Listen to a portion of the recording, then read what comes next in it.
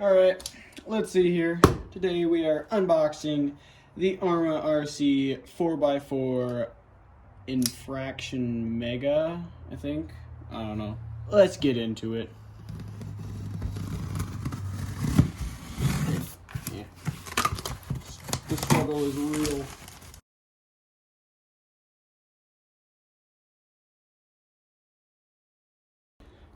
Alright, let's see here. It's the ARRMA Infraction 4x4 RTR, Infraction Mega, I don't know. Let's see here. Got a crap ton of stuff that I know nothing about. We got an EC3. Alright. EC3 and IC3. Alright. That'll be interesting. Got a remote with the receiver. It's already ready to run. We got a 330, I think it's an 8.2 volt hump speed pack. And it's brushless, yeah. Alright. Let's get into it. I know I said that already, I'm sorry. Open the sesame. Alright, here we go. Boom! Ooh, that's fancy. Set that down there. Alright. Ooh, it's got some nice weight to it right there. Oh, that's a hefty car. So yeah, I got the teal version. Let's see here. Roll that on the bench. And let's see here, what else do we get in the box? Like, that's just there. Assuming we got some goodies in there. Let's check that out. Nothing cut, unfortunately. That said, that cut things.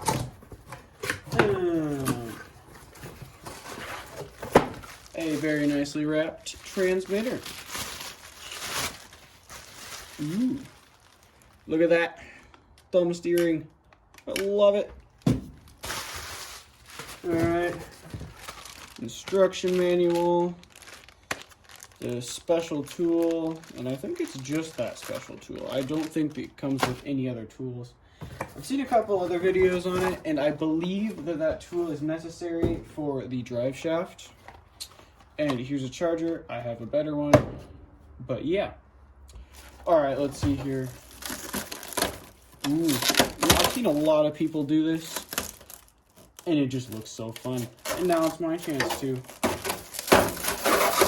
Oh, sticky paper.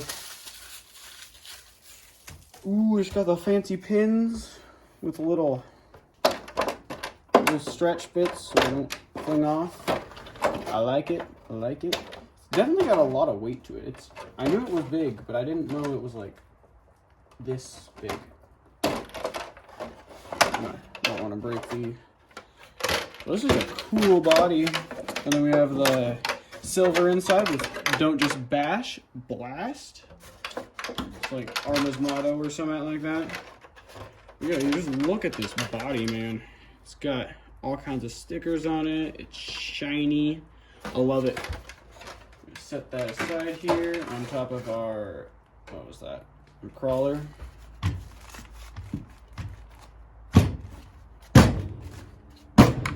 Love it. All right, so we have our, ooh, it's got a nice little clip there for your battery wire. I like that. That's nice. We got our 330 nickel metal speed pack. It is an 8.4 volt 7 cell. All right. Let's see here. It's fancy. It's IC3. I wonder what that little rod in the middle does. Interesting. All right, we got that. I think we got adjustable oil filled shocks. I don't know. I don't know.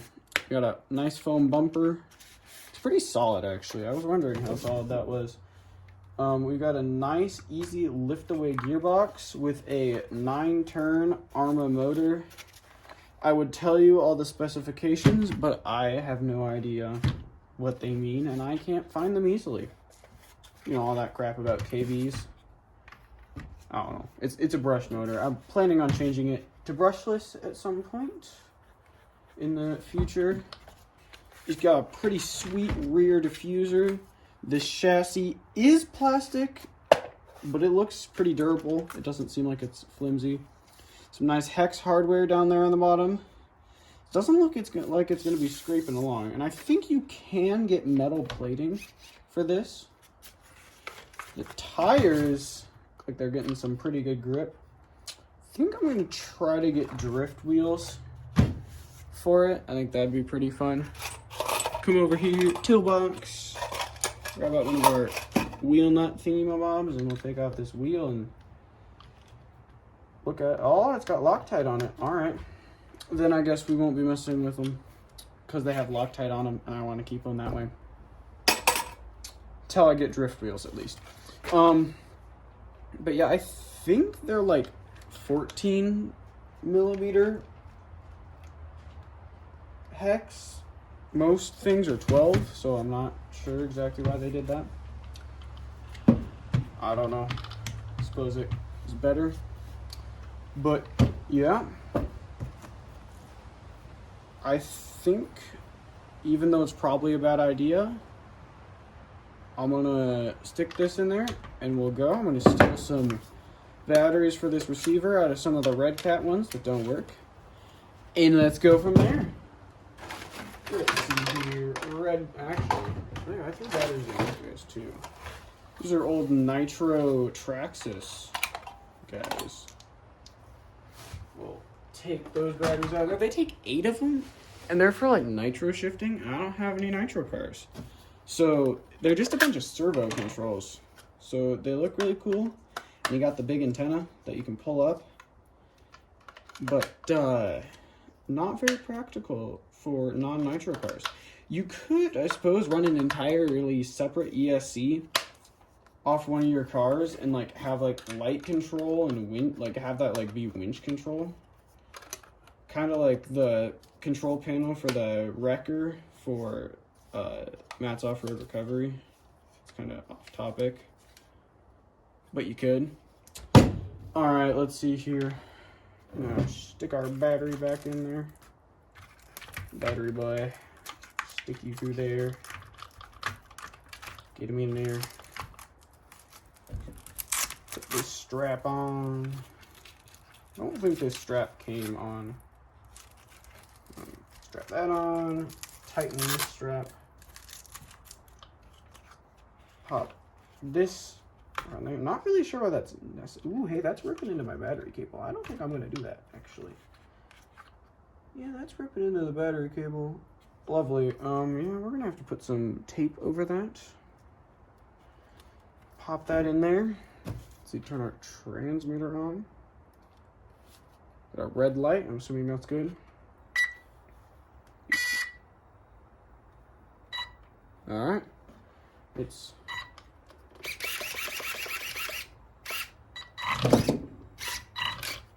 Alright. We'll just throw our body back on top of it. It is, I think it just rained, so we'll have to watch out for that. But we should be pretty good to go. Now, granted, I probably should have charged this battery first, but I'm not going to yet. I want to use it for whatever battery it has left in it. And I think this ESC can take up to like a 2S LiPo, but I'm not sure.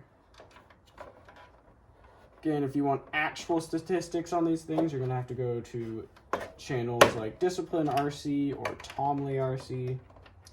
They know what they're talking about. I unfortunately don't.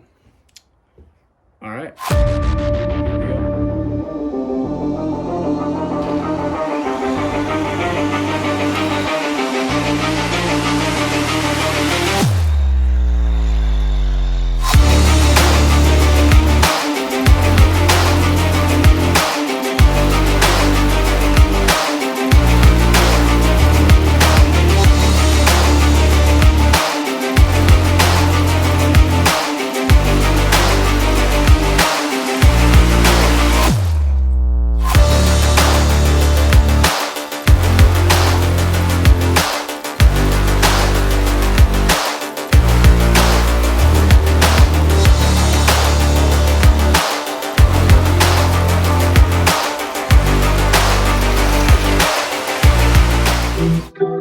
definitely take a beating. And as you can see, it also works off-road. So its off-road capabilities are actually pretty good. These tires here, they get some pretty good grip in loose dirt and like gravel. You have to be careful with gravel though, because gravel will get up in the steering system through that hole right there, and it can just get kicked up into it into the steering system. But that's the only issue that I've had, and that's just pretty easy to resolve. You just get out the gravel. So yeah,